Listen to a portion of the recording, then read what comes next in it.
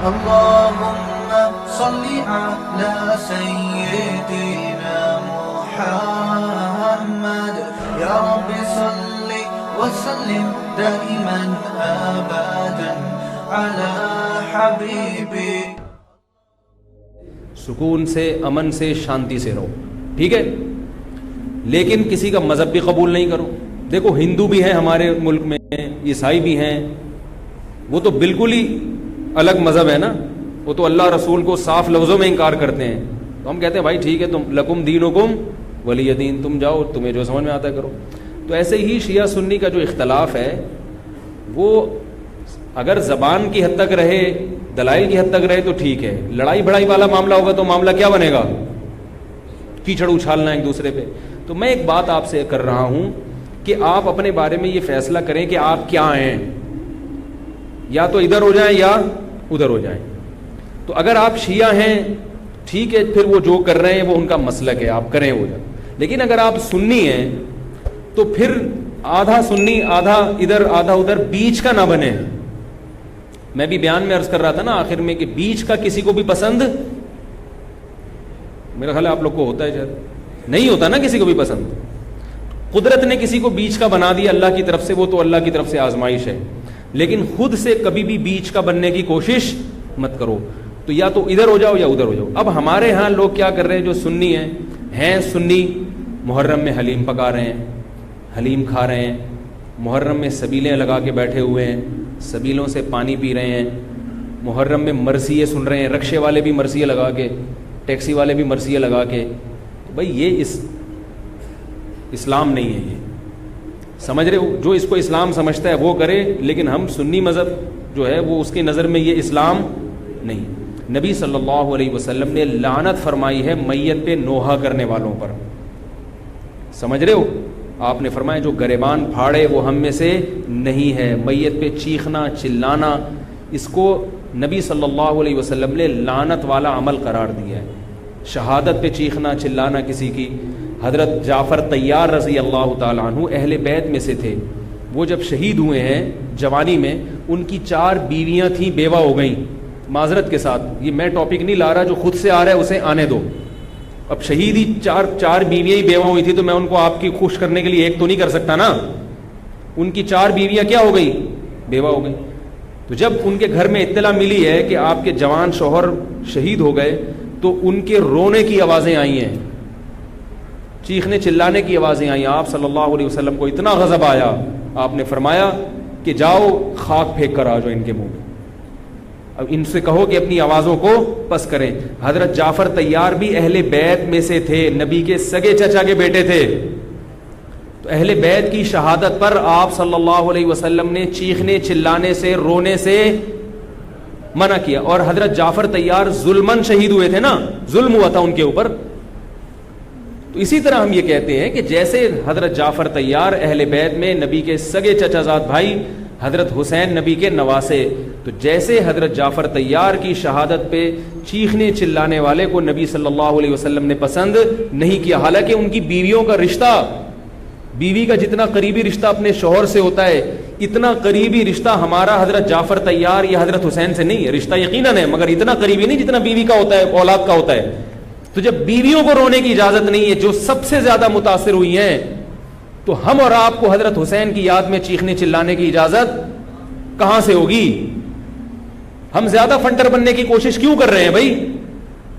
زیادہ آگے نکلنے کی کوشش کیوں کر رہے ہیں؟ یقیناً اہل بیت سے ایمان، اہل بیت سے محبت ہمارے ایمان کا جزو ہے، مگر اس محبت کا اظہار اس طرح سے کرنا ہے جس طرح سے اہل بیت سے محبت کا نبی نے حکم دیا ہے.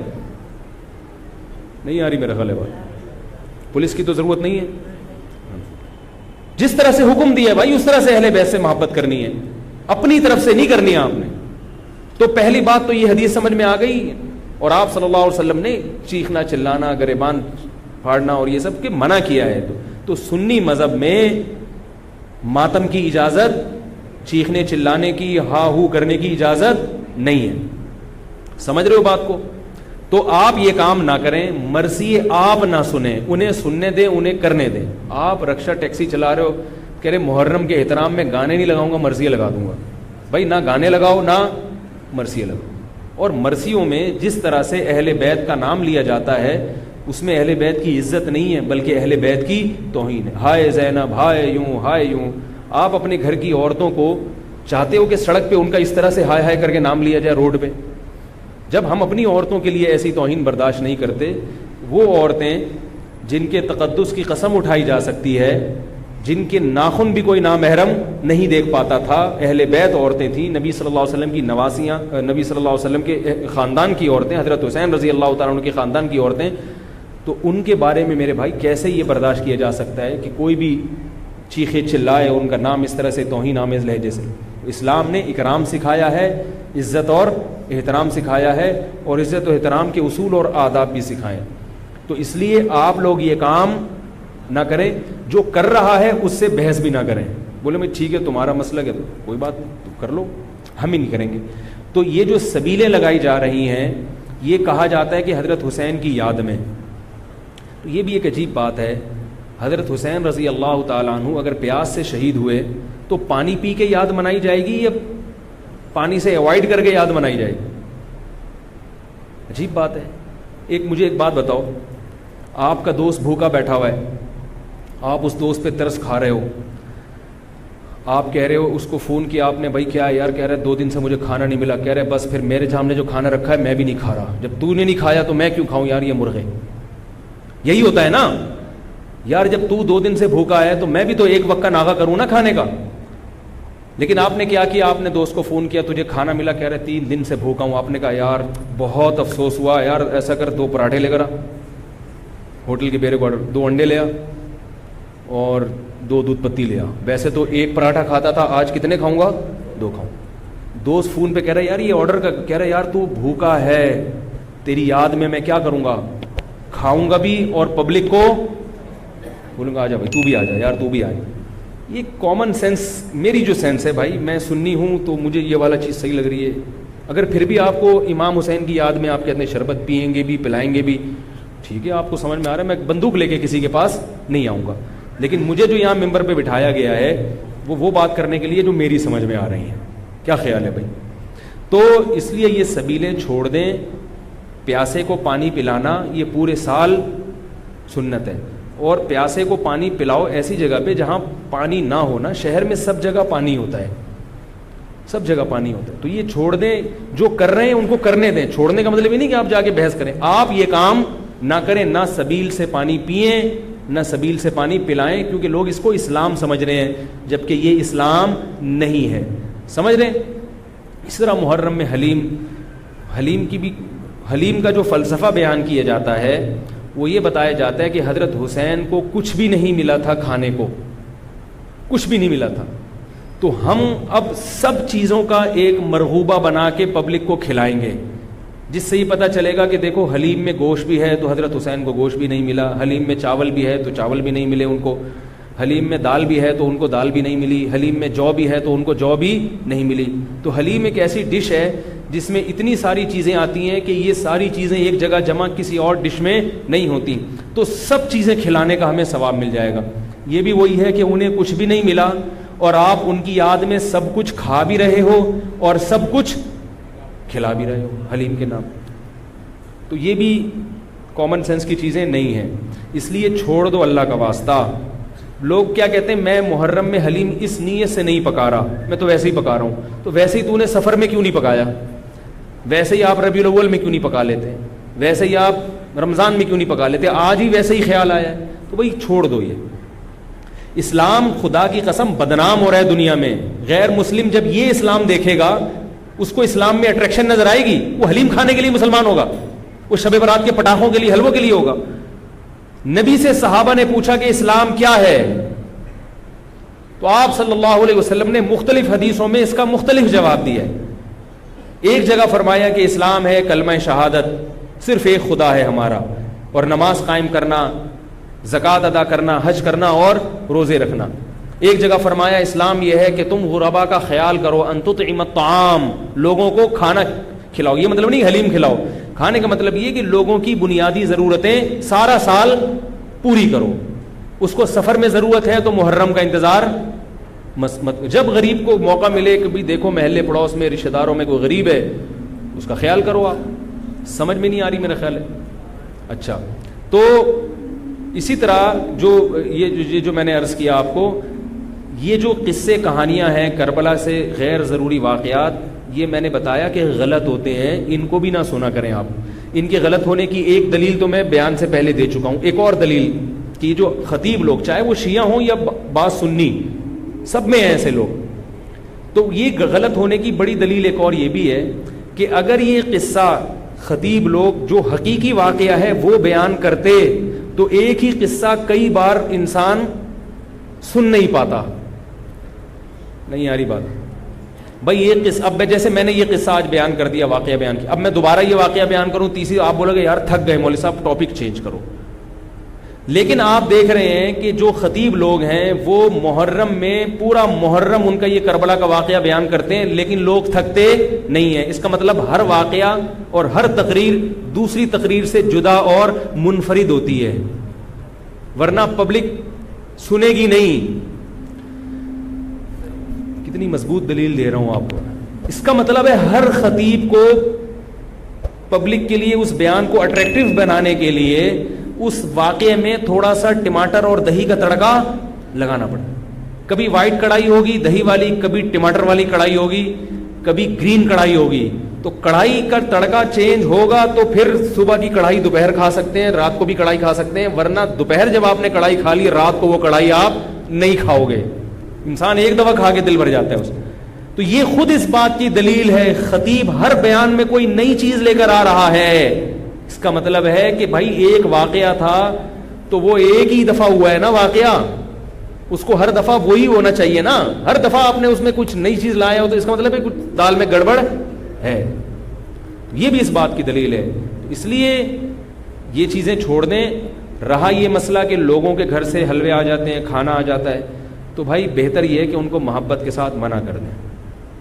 بولے ہم حضرت حسین رضی اللہ تعالیٰ عنہ سے محبت ضرور کرتے ہیں مگر کھا کے بولو بھائی نہیں, روزہ رکھ کے, ٹھیک ہے ہم نہیں کھائیں گے.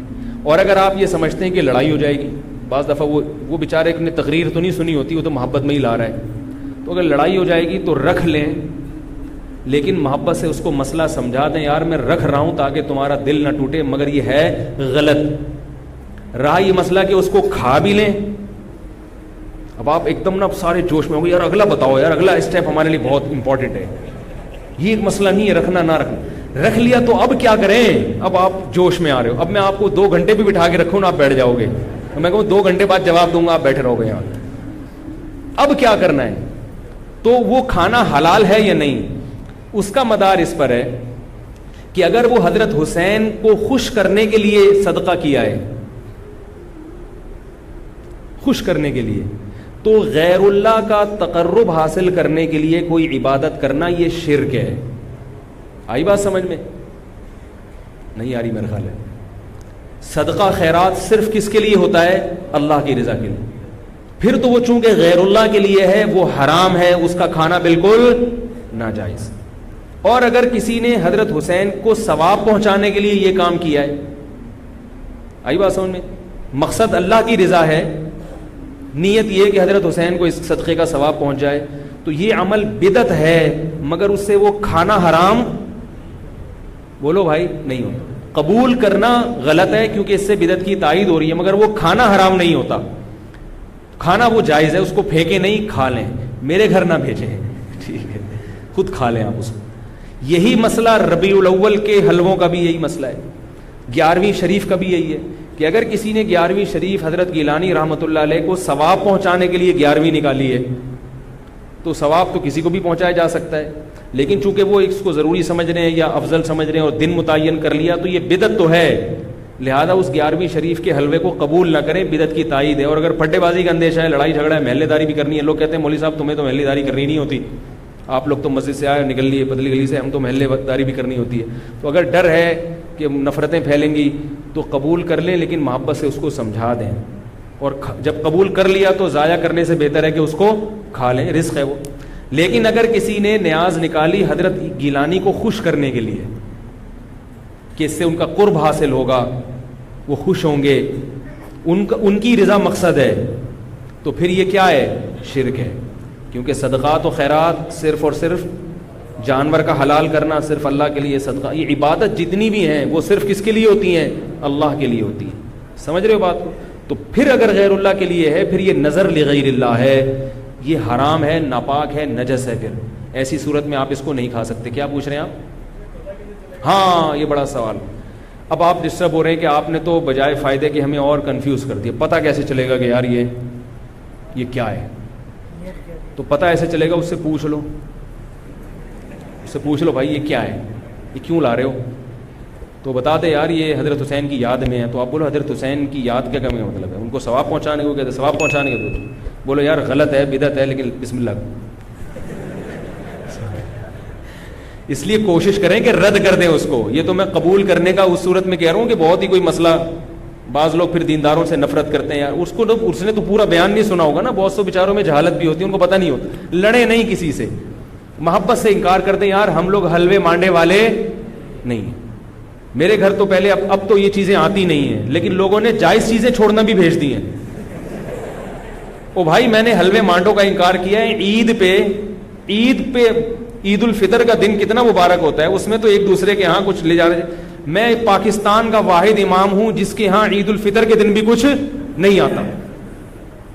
میں اللہ کا شکر ہے کھانے پینے کا بھوکا نہیں ہوں الحمدللہ، مجھے اللہ نے بہت رزق دیا. ایک دن میں نے اپنے خاص دوست سے پوچھا، میں نے کہا یار عید کے دن تو امام کو تو لوگ تھوڑا سا پوچھ لیتے ہیں، ٹھیک ہے اللہ نے مجھے بہت دیا ہے، لیکن اتنا بھی پھیکا نہیں ہونا چاہیے پبلک کو کہ امام سے اتنی عقیدت تو ہوتی ہے. یار عید بقرعید میں تو اڑوس پڑوس لوگ امام صاحب کے گھر کوئی بریانی شریانی.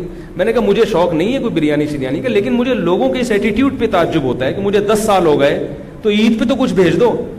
تو ان صاحب نے مجھے کہا اسی محلے کے، انہوں نے کہا اصل میں لوگ ایسا نہیں ہے کہ آپ سے نفرت کرتے ہیں، آپ نے بیانات اس قسم کے کیے ہوئے ہیں کھانے پینے کے بارے میں کہ لوگ ڈرتے ہیں. لوگ کیا کرتے ہیں؟ ڈرتے ہیں. ابھی کہیں بھیج دیا تو ایسا نہ ہو کہ وہیں سے واپس کر دیں. یہ اتنا سخت آپ نے اس میں موقف اختیار کیا ہے. تو میں نے کہا وہ تو حلوے مانڈوں کے بارے میں اختیار کیا ہے. تو خیر عید پہ اب امید ہے انشاءاللہ. ٹھیک ہے لیکن نہ بھیجیں آپ لوگ، محبت بس زبان سے اظہار کر دیں. میں ایک مسئلہ بیان کر رہا ہوں کہ میرے بیانات اس بارے میں ایسے ہوتے ہیں کہ لوگ یہ سمجھتے ہیں کہ یہ نفس ہدیے کے ہی خلاف ہے. ان کو ہدیہ دیا تو کوئی تھپڑ نہ مار دیں کھینچ کے. تو ایسا ایٹیٹیوڈ، میں نے کہا اچھا ہے یہی رہنے دو، اس سے ایک تھوڑی سی لوگوں میں عزت رہے گی کہ لوگ سمجھتے ہیں وہی سینگ ہے نہیں مگر ٹکر مارتے ہیں یہ. تو یہ اس لیے ہم نے سخت موقف اختیار کیا ہے کہ لوگ امام کو کی توہین کرتے ہیں.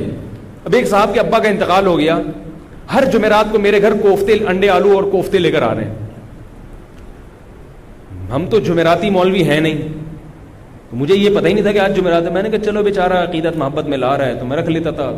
گھر والوں نے پھر جب ہر جمعرات کو ہونے لگا تو گھر والوں نے جمعرات کو رات کو کھانا پکانا ہی چھوڑ دیا. انہوں نے کہا یار جب آ ہی جاتا ہے تو میں نے کہا چلو ٹھیک ہے اللہ دے رہا ہے. بیچارہ ہے بھی عقیدت محبت میرا نمازی تھا. کوفتوں کا ٹائٹ قسم کا بڑا مزیدار سالن آ رہا تھا. ایک دن مجھے خیال ہوا کہ یار کچھ دن پہلے ان کے ابا کا بھی انتقال ہوا ہے اور یہ جمعرات بھی ہے، ایسا تو نہیں ابا کے ثواب کے لیے مجھے کھلا رہے ہوں. میں نے ان سے پوچھا یہ آپ اپنے ابا کو ثواب پہنچانے کے لیے مجھے کھلا رہے ہو؟ انہوں نے کہا جی. میں نے کہا یار آپ مجھے ایک بات بتاؤ کہ آپ کے دادا کا جب انتقال ہوا تھا تو آپ نے اپنے ابا کو کبھی گفٹ دیا یا کھانا کھلایا؟ تو اس لیے کھلایا نا کہ وہ آپ کے ابا ہیں. اگر ابا کو کسی دن آپ نے کھلایا، ابا پوچھے بیٹا کیوں کھلا رہے ہو؟ آپ کے ابا دادا کا انتقال ہوا ہے، ان کے ثواب کے لیے آپ کو کھلا رہا ہوں. ابا کو غصہ آئے گا کہ نہیں آئے گا؟ وہ بھائی ابا کو جو کھلایا جاتا ہے اس لیے نہیں کہ دادا کی موت واقع ہو گئی، ابا کو اس لیے کھلایا جاتا ہے کہ وہ ابا ہیں. نہیں آ رہی بات سمجھ میں؟ آپ اپنی منگیتر کو ایزی لوڈ کرا رہے ہو 500 کا، وہ کہے بھائی کیوں کرا رہے ہو؟ اصل جواب یہ کہ بھائی وہ تو غلط ہے یہ ایزی لوڈ نہ کرایا کریں، لیکن جو آج کل عرف چل رہا ہے آپ کیا کہو گے؟ بھائی ایک تعلق ہے، ایک محبت ہے، میں چاہتا ہوں یہ رشتہ نہ ٹوٹے، یہ کہو گے نا. اگر آپ نے کہا میری چونکہ دادی کا انتقال ہوا ہے تو چونکہ ان کو ثواب پہنچانے کے لیے کوئی غریب مسکین بھیکاری مل نہیں رہا تھا تو میں نے کہا تم ہی ہو غریب تو چلو میں تمہیں 500 روپے کا بیلنس لوڈ کرا لوں، اس کو غصہ آئے گا کہ نہیں آئے گا؟ اگر اس میں غیرت ہوگی تو غصہ آئے گا. تو یاد رکھو عزت دار، جس کو عزت دار، میں نہیں کہہ رہا میں عزت دار ہوں، لیکن جس کی کو آپ عزت دار سمجھتے ہو اس کو ہدیہ دیا جاتا ہے، اس پہ صدقہ نہیں کیا جاتا ثواب پہنچانے کے لیے نہیں. ہدیہ دیا جاتا ہے اس کے اکرام کے لیے, اس سے محبت بڑھانے کے لیے, اس سے تعلق بڑھانے کے لیے.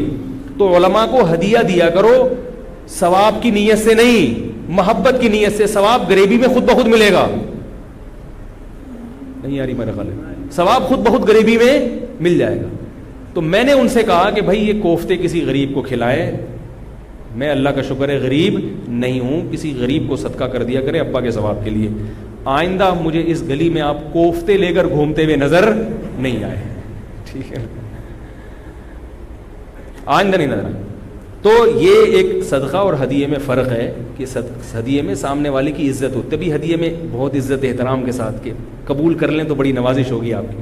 اور ہدیہ مالدار علماء کو بھی دیا جاتا ہے, بلکہ مالدار علماء کو ہدیہ دینا زیادہ ثواب ہے, کیونکہ اس میں ان کی بے عزتی کا پہلو بالکل بھی نہیں ہوتا. ہمارے حضرت فرمایا کرتے تھے مالدار عالم کو ہدیہ دینا زیادہ ثواب ہے, اس لیے کہ اس میں اس کی بے عزتی کا بالکل بھی آپشن نہیں ہے. وہ کبھی بھی آپ اس کو یہ نہیں دکھا سکتے کہ میرے ٹکڑوں پہ پل رہا ہے, وہ کہے گا میرے پاس اللہ کا ہدیہ تم سے زیادہ ہے. تو کہاں سے کہاں بات چلی گئی. تو ایصال ثواب کے لیے کھلانا تو یہ بھی توہین ہے. تو اگر کوئی پیران پیر کی نیاز نکال کے آپ کے گھر میں لا رہا ہے ان کو ثواب پہنچانے کے لیے, تو اس میں آپ کی بے عزتی بھی ہے. اس میں آپ کو یہ ثابت کرایا جا رہا ہے کہ آپ چونکہ محلے میں سب سے غریب ہیں, ان کو ثواب پہنچانے کے لیے مجھے آپ سے زیادہ کوئی مستحق نظر نہیں آیا, میں نے کہا چلو بسم اللہ. تو آپ کہیں بھائی ہم غریب نہیں ہیں, ہم ہدیہ قبول کرتے ہیں, صدقات و خیرات قبول نہیں کرتے. اگر غریب ہوں تو بھی یہ کہہ دیں کہ غریب نہیں ہے. اپنی غربت بیان کرنی ہے تو اللہ کے سامنے بیان کرو نا, پبلک کے سامنے کیوں بیان کرے آدمی؟ کیا خیال ہے؟ غریب ہو کے بھی آدمی رہے ایسے جیسے اس سے بڑا. ہمارے حضرت بہت مسکین تھے, غریب تھے 60 سال کی عمر تک, لیکن فرماتے میں رہتا ایسے تھا پبلک سمجھتی تھی اس محلے میں ان سے زیادہ پیسے والا کوئی ہے ہی. لوگ کہتے ہیں مجھ سے آ کے قرضے مانگتے تھے, ایسی شان کے ساتھ انہوں نے. مولوی تھے, مولوی ایسے ایسے مولوی بھی ہیں مارکیٹ میں, دیکھو آپ, مولوی تھے مگر ایسے رہتے تھے, کہتے ہیں لوگ مجھ سے آ کے قرضے مانگتے تھے. تو اپنے بارے میں فیصلہ کریں کہ ادھر ہیں یا ادھر. اگر سنی ہیں تو مرثی سننا چھوڑ دیں. کربلا کے واقعات جو مستند ہیں وہ علماء کی کتابوں میں پڑھیں, ٹھیک ہے, ایک تاریخی علم ہے, لیکن ہماری شریعت پہلے سے کامل ہے, ہم نے اسی کو فالو کرنا ہے. محرم میں شادی بیاہ بھی کیا کریں. محرم میں شادی کے بہت سارے فائدے ہیں. ایک یہ کہ برکت ہوگی انشاءاللہ, محرم کا مہینہ ہے. دوسرا فائدہ یہ کہ بدعت کی, جو لوگ سمجھتے ہیں محرم میں شادی غلط ہے تو بدعت کی مخالفت ہوگی, اس کا الگ سے ثواب ملے گا. تیسرا فائدہ یہ کہ محرم میں شادی ہال سستے ہوتے ہیں, سستے میں شادی ہو جائے گی. کیا خیال ہے؟ تو فائدے ہی فائدے, مزے ہی مزے. اور رہا یہ مسئلہ کہ محرم میں شادی ہوئی اور خدا نخواستہ ناکام ہو گئی. ابھی لوگ یہ بھی کرتے ہیں, ناکام ہونے کہہ رہے ہیں محرم میں ہوئی تھے نا اس لیے, تو ان سے بولو بہت سے میرے علم میں ایسے ہیں جنہوں نے ربیع الاول میں کی تھی, ان کی بھی ناکام ہو. شادی کے کامیاب ہونے یا ناکام ہونے کا تعلق اس سے نہیں ہے کہ رمضان میں ہو رہی ہے کہ محرم میں, وہ اس سے ہے کہ میاں بیوی کا رشتہ جوڑ کا تھا یا نہیں تھا, دونوں تمیز سے رہنا چاہتے ہیں کہ نہیں چاہتے. اگر دونوں تمیز سے رہنا چاہتے ہیں تو کہیں بھی نکاح ہوگا انشاءاللہ کامیاب ہوگا. اگر دونوں تمیز سے یا دونوں میں سے ایک میں اڑی ہے, وہ رہنا ہی نہیں چاہتا تمیز سے, تو حرم کے اندر بیت اللہ کے اندر بھی نکاح ہوگا تو وہ ناکام ہو جائے گا. سمجھ گئے؟ اللہ تعالی ہم سب کو سمجھنے کی, عمل کرنے کی توفیق عطا فرمائے. الحمدللہ رب العالمین.